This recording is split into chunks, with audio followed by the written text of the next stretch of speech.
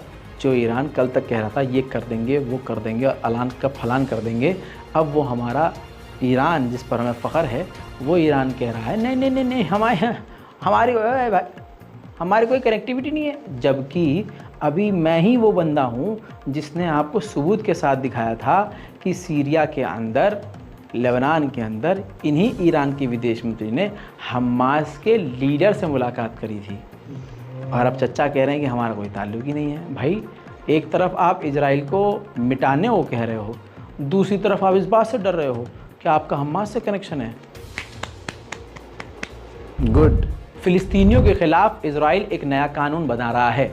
उस कानून के मुताबिक इजराइल किसी भी फ़िलिस्तीनी को, किसी भी अरब को, किसी भी मुसलमान को टेररिस्ट आउटफिट घोषित कर देगा और सीधा गोली मार देगा। दोस्तों, आपको बता दूं कि अमेरिका पर गंदा वाला प्रेशर था, बहुत ही गंदा जी, बहुत ज़ोरदार, और अमेरिका की धज्जियाँ भी उड़ रही थी इज्जत की। बाइडन ने फिर से बात करी नेतन्याहू से, तो नेतन्याहू की गवर्नमेंट ने एक बड़ा कदम उठाया। 3 पाइपलाइन थी गाज़ा की, तीनों बंद करी थी पहले, फिर एक खोली थी। अब इजराइल ने दूसरी भी पाइपलाइन खोल दी है। किसके कहने की वजह से? बाइडन के कहने की वजह से। बड़ी खबर अब एक और आपको बता दूं कि अमेरिका ने इजराइल को इस बात के लिए भी मना लिया है कि जो कम्युनिकेशन तोड़ा है, जो नेटवर्क रोका है गाज़ा का, वो भी चालू कर देगा। उधर हमास ने कहा है कि ये जंग तब तक ख़त्म नहीं होगी जब तक हमारे लोगों को, 7,000 लोगों को इजराइल कैद से रिहा नहीं कर देता।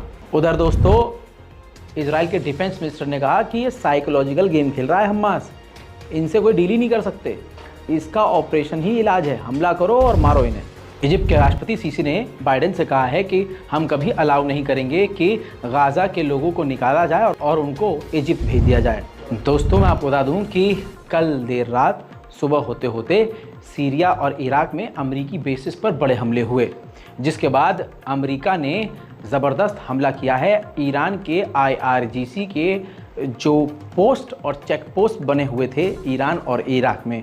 कहा जा रहा है ईरान को इसमें बड़े नुकसान झेलने पड़े हैं। इंटरनेशनल क्रिमिनल कोर्ट के ये प्रोसिक्यूटर हैं, ये इजिप्ट के और गाज़ा के बॉर्डर पर पहुंचे हैं, राफ़ा बॉर्डर पर, और इन्होंने कहा है कि जांच करेंगे हम कि हमास ने और इजराइल ने क्या क्या वॉर क्राइम करे हैं। हिजबुल्लाह के एक सीनियर नेता ने अरब देशों को वार्न किया है कि इस्लामी किताब उठा कर देख लो, इतिहास उठा कर देख लो, जो बोला गया है वो होके रहेगा। आज जो गाज़ा के साथ ये कर रहा है इजराइल, ये कल तुम सबके साथ करेगा। बात करते हैं एलन मस्क की। एलन मस्क ने बाइडन से बात करी और इजराइल की जो शिन बेट जो जासूसी एजेंसी है उनसे बात करी और कहा कि हम गाज़ा के लोगों को इंटरनेट प्रोवाइड नहीं करेंगे, जो ह्यूमैनिटेरियन एड वाले हैं ना, सिर्फ उनको ही हम इंटरनेट देंगे। उधर जॉर्डन ने अमेरिका के आगे हाथ जोड़े हैं कि भाई साहब आप हमारे देश में एक और पैट्रियट डिफेंस सिस्टम तैनात कीजिए। उधर दोस्तों अमेरिका ने अपनी पूरी ताकत गाज़ा के ख़िलाफ़ तो झोंकी दी है। मेडिटेरियन सागर के अंदर एक और असॉल्ट शिप तेज़ी से आगे बढ़ रहा है। मुसलमान देशों बस तुम यूं करते रहो, यूं करते रहो और यूं करते रहो। दोस्तों अब आपको बहुत गहरी और बहुत बड़ी बात बता रहा हूँ। जो अमेरिका की गवर्नमेंट है और जो इज़राइल के सीनियर अधिकारी हैं, जो कमांडर हैं, वो नहीं चाहते कि पूरे गाज़ा पर एक साथ मिलिट्री ऑपरेशन चलाया जाए। इसीलिए अमेरिका ने इज़राइल के नेतन्याहू से कहा है कि एक साथ पूरे गाज़ा पर ऑपरेशन मत करो, लिमिटेड करो, थोड़ा थोड़ा करो। उधर दोस्तों आज़रबाईजान, और देखिए मुसलमान के पीठ में छुरा घोंपने में मास्टर है, मास्टर।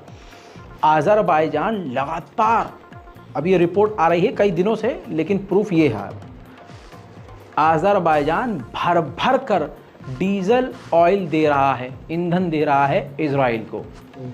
दे तो आपको बता रहा हूँ तुर्की भी रहा है, हाँ तुर्की भी नहीं रुक रहा। सामने बकर बकर, पीछे पकड़ पकड़, ये चल रहा है भाई साहब। आज़रबाईजान और तुर्की लगे पड़े हैं, लो भाई डीजल, और डीजल फ्यूल अपने फाइटर जेट, ड्रोन और सब भर के गाज़ा का हाल क्या कर रहा है आप देख रहे हैं। हम बाइकॉट में लगे हुए हैं, boycott McDonald, boycott burger king, boycott KFC, अरे भैया इनका कौन करेगा बाइकॉट। मेरे दोस्तों तमाम ताज़ा जानकारी के लिए चैनल को सब्सक्राइब कीजिए। हमारा जो दूसरा चैनल है रज़ाग्राफी अनस्क्रिप्टेड, उधर भी जाइए, वहाँ भी न्यूज़ मैं डाल रहा हूँ। साथ में इससे पहले जो तमाम अपडेट्स डाले हैं उनका भी देखना ज़रूरी है, क्योंकि हम टाइम के हिसाब से चल रहे हैं। रिपोर्ट को शेयर कीजिए, दुआओं में याद रखिए। मुझे इस टाइम भूल जाइए कोई बात नहीं, लेकिन गाज़ा और फ़िलिस्तीन के लोगों के लिए ज़रूर दुआ कीजिए। जय हिंद। कहाँ गए वो मुस्लिम मुल्क के रक्षक जो ये कहते थे कि जब इस्लाम पे या मुसलमानों के ऊपर जुल्म होगा तो वो सबसे पहले आकर खड़े होंगे। मुसलमानों को अगर सबसे ज़्यादा उम्मीद किसी से था कि जब गाज़ा के मुसलमानों के ऊपर जुल्म हो रहा था, इजराइल जब जुल्म की हदें सारी पार कर रहा था, तो सऊदी, दुबई, कतर, ओमान और तुर्की जैसे मुल्क से उन मुसलमानों को उम्मीद था कि वो उनके लिए कुछ करेंगे, आवाज़ उठाएंगे, उनके हक में लड़ेंगे, उनके हक के लिए लड़ेंगे।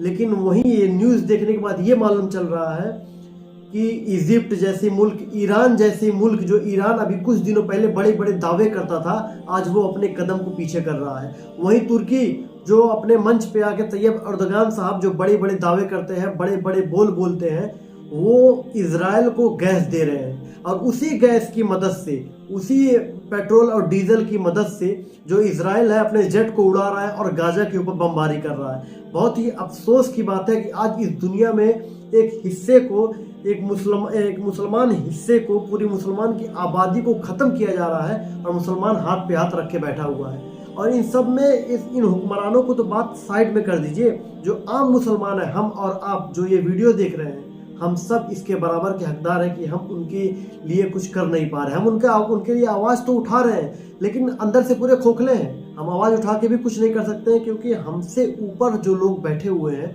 वो सिर्फ हमें लुभाने के लिए, वोट के लिए हमारे सामने बड़ी बड़ी बातें कर रहे हैं, लेकिन पीठ पीछे इजराइल का ही साथ दे रहे हैं। मुझे डर है इस बात का कि ये लोग अल्लाह तबारक व तआला को मुंह कैसे दिखाएंगे, चेहरा कैसे दिखाएंगे जो ये काम कर रहे हैं। क्या उनको ये खबर नहीं है कि अल्लाह तबारक व तआला हर चीज़ से वाकिफ़ है और अल्लाह को अपना, अल्लाह के सामने हाजिर होना है और अपना हिसाब व किताब देना है।